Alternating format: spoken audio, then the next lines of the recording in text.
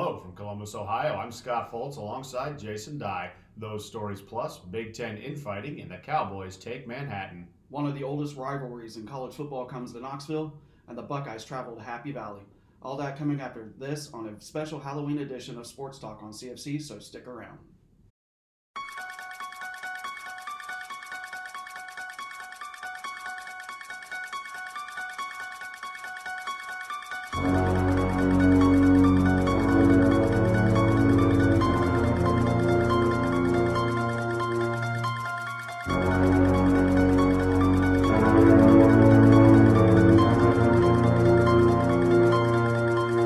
Orange is the color of the Halloween season, and there was plenty to go around last week in Clemson. The Tigers hosted Syracuse, and the Orangemen came to play. First quarter action was back and forth for a bit until Clemson found the end zone around the 8-minute mark with a 1-yard blast for the first points of the game. Syracuse responded with their passing game, eating up big chunks of field until a 12-yard pass tied this one at 7. Second quarter, Clemson marched it down the field to the Syracuse 3, where the Orangemen defense forced a fumble on the handoff that turned into a 90-yard scoop and score to put Syracuse up by 7. Just under 2 minutes left in the first half, Syracuse ball in the Clemson 10 and a diving scramble by the quarterback made this a 2-score game. Clemson had some time left before the half and fought their way down to the 26, where a 44-yard field goal closed the gap and sent this one to the locker rooms, 21-10 Syracuse. After the half, the defenses both earned their pay in the third as neither team could get anywhere, and it looked like we might have ourselves an upset here. Fourth quarter changed all of that as Clemson forged downfield to about the 6-inch line on 4th and goal and slammed it in for the first points of the second half. Tigers got a little greedy, maybe a little desperate, and went for 2, but the play fell apart and the pass was intercepted. They weren't done, though, as a 50-yard run finally put Clemson back on top with 11.5 to play. Tigers had not led since the first quarter. This time, the 2-point conversion worked, and Clemson is up by 3. Just over 2 minutes to play, 3rd down and 3 for the Tigers, but the Orangemen defense stopped them 2 yards short. So Clemson kicked it in instead. 44 yards and 3 points later, it's 27-21 Clemson. The Orangemen still had a minute and a half to make something happen, and they forced their way to the Clemson 30, but a Tiger interception with 15 seconds remaining put this one to bed. This was one close game, and for a while it looked like Syracuse had Clemson's number, but the Tigers roared back and remained atop the ACC. Fantastic game in the ACC. I mean, and just when it looked like Clemson was down and out, Yep. like I said, it always looks like they find a way to get the ball moving and they find a way to score, especially when it counts. Yep. Great teams do that. Out west, UCLA went duck hunting up in Oregon. The Ducks scored first, kicking one in from 44 yards early in the first, and the Bruins responded in kind from 47 yards towards the end of the quarter. On the very first play of the second quarter, Oregon threw a 17-yard touchdown toss to go up 10-3. UCLA answered right back with a 31-yard touchdown pass to tie it right back up again. They followed that up with a 49-yard bomb that dropped right in the basket at the goal line. All that scoring happened in the first 4 minutes, 10 seconds of the quarter. UCLA was able to hold off the Ducks for a little while longer till a 2-yard rush with 6.5 to go put the Ducks up 24-10. Still a lot of time left in the half, and the Bruins fought downfield until the Ducks defense stopped them at the 26, UCLA settling for 3. Oregon kept their foot on the gas and went right back downfield, and with 10 seconds left in the half, added 7 more to go into halftime 31-13. Third quarter action was a bit slower, the Bruins defense finding a way to contain Oregon, holding them to a single touchdown off a 17-yard throw with just under 2 minutes in the quarter. The Bruins were able to kick in 3 more that quarter to make it 38-16 heading into the final quarter of the game. There's an old saying about waking sleeping bears, and UCLA woke up, scoring their first touchdown since the second quarter just over a minute into the fourth. Oregon responded on 4th and 4 from the 37, flicking it to the left side and stretching their commanding lead by 7 more. From the 22, with 4:15 remaining, UCLA threw another one in to close the gap 45-30, and those were the final points from either team in this high-scoring Pac-12 matchup. And I believe that's what we called it. I mean, I knew going into this game that these teams could easily go back and forth on each other. Oregon with a little more offensive firepower when it counted. Classic Pac-12 matchup. Yeah. From the Pac-12 to the Big Ten, the Buckeyes were all business against Iowa, but the Hawkeyes weren't giving away anything to start this one off. Ohio State scored in the first minute, but it was a 46-yard field goal that put the Bucks on the board. Ohio State began their second drive of the game from their own 24, C.J. Stroud taking a big hit and losing the ball, which Iowa picked up and ran in for their first touchdown and the lead 7-3. Buckeyes responded by marching down the field, and a 2-yard run put the home team back on top 10-7. A fumble recovery by Ohio State led to a 41-yard kick to add 3 more, followed by another one from 35 to end the quarter 16-7 Buckeyes. Second quarter, Iowa just got one in from 49 yards to break double digits, but Ohio State added 3 more of their own with 3:38 to go. 12 seconds and 1 pick six later, and the Buckeyes were up 26-10 as we head to the half. First play of the third quarter, the Hawkeye defense comes up with a pick, but their quarterback fumbled the snap on the very next play, and the Buckeyes get it right back, but can't score on this drive. Deep in Iowa territory, another interception, this time by the Buckeye defense, set up a 4th and 1 touchdown pass from the 6, 33-10 Buckeyes. Another 13-yard toss added 7 more to put Ohio State up by 30 with 1 quarter left to play. The Buckeyes started off that quarter from their own 21 and launched a 40-yard pass that became a 39-yard walk-in touchdown, 79 total yards on the famed Iowa defense.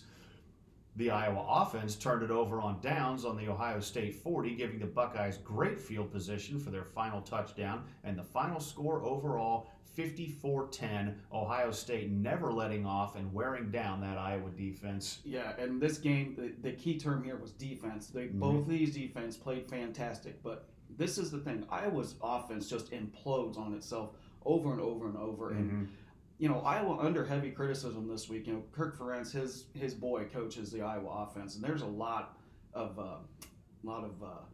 chaos going on in Iowa right now because of that Iowa offense and how atrocious it is. They changed quarterbacks in the half. It didn't matter. No. C.J. Stroud goes off, finds his rhythm in the second half where the passing attack wasn't so great in the first half.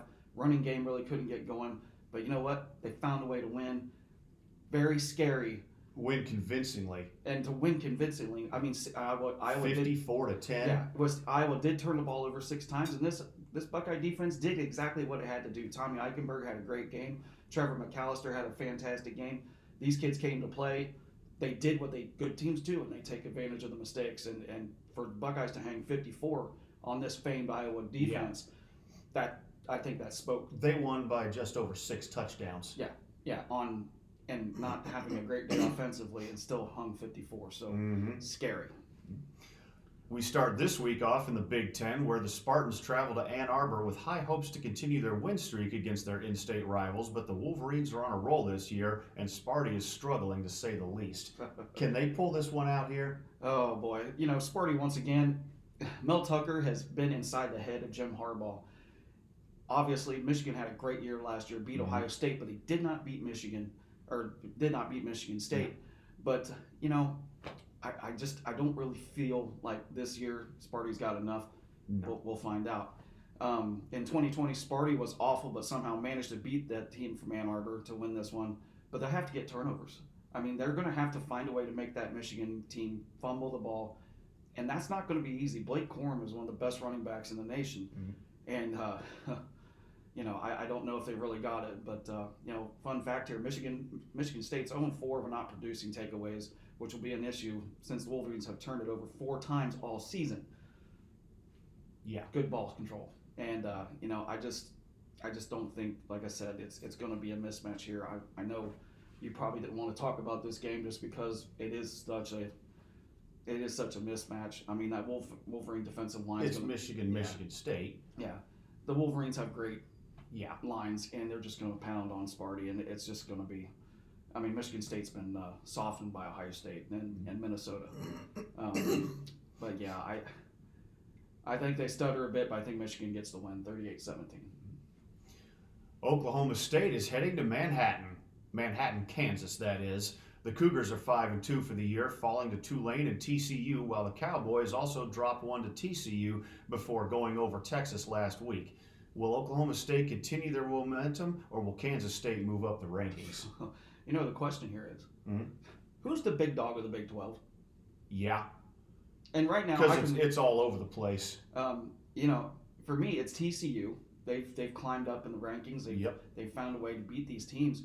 They're beating all the name teams Right, too. and They beat Texas. They beat Oklahoma State. Yeah. Have they played Oklahoma yet? I think so. Probably one. Yeah, probably one. But you know, the surprising story this year that really caught my eye, Adrian Martinez has had a resilient year after transferring from Nebraska.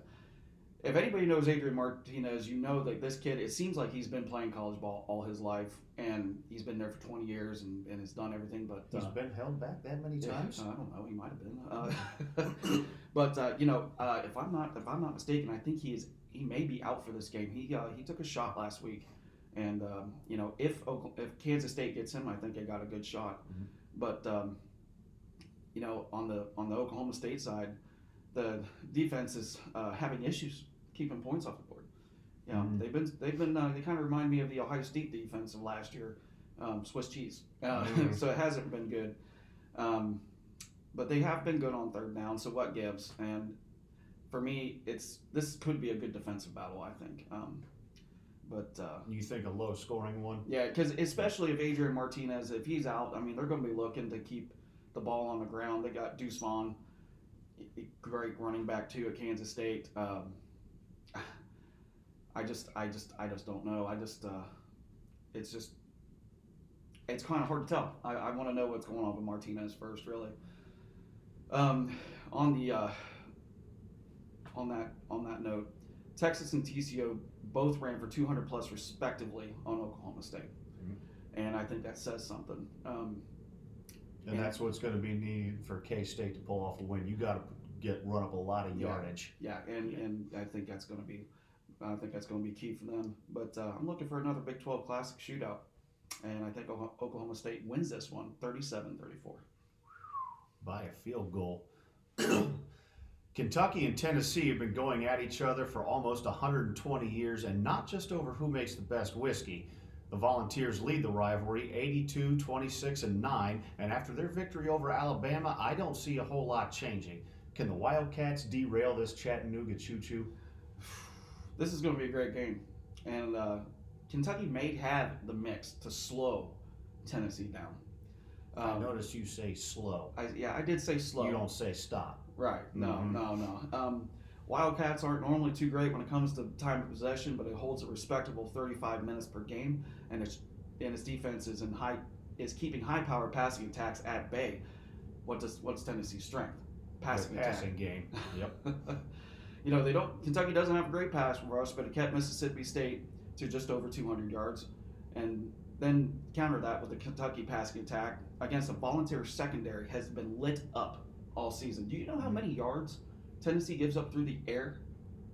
National average? 330. Yeah. And they're a top 5 team? Yeah, that's a lot of passing yards. I mean, that's a whole lot of ouch. Yep. And Kentucky can throw the ball. But I suppose when you win, it doesn't matter. Yeah, it takes the sting off that little burn. But people don't see that. You know, there's just like, oh yeah, but they still won. Sending the great Alabama down to being ranked 6, yeah, that's a little ointment for that burn of your passing attack, passing defense. I mean, last week, University of Tennessee Martin. You know who that is? I don't even know what their mascot is. I know a fella named Martin. Well, yeah, I do too. He came to my retirement. Yeah. They put up 316 on Tennessee through the air. Yeah. That's not going to work. You got to fix it. Mm-hmm. But entered Henson Hooker with Jalen Heilig that produces an extraordinary passing attack, only second in efficiency behind the great Ohio State University and C.J. Stroud and company. Yep. I'll pair that along with a decent running game, and it'll keep this Kentucky defense on its heels a bit. And this could be fun. Kentucky will be an issue for Tennessee early, but without a solid pass rush, Hendon Hooker is as deadly as they come. I said don't sleep on the Wildcats, but this is a 60-minute fight. Vols win 30-26. We started in the Big Ten, and we finish in the Big Ten. Ohio State heads to Happy Valley, hoping to make the Nittany Lions very unhappy. Excuse me. Penn State is the stiffest competition the Buckeyes have had since their opener against Notre Dame. The Nittany Lions only lost a 41-17 thrashing by Michigan 2 weeks ago, but they got back on the winning side of things against Minnesota last week, 45-17.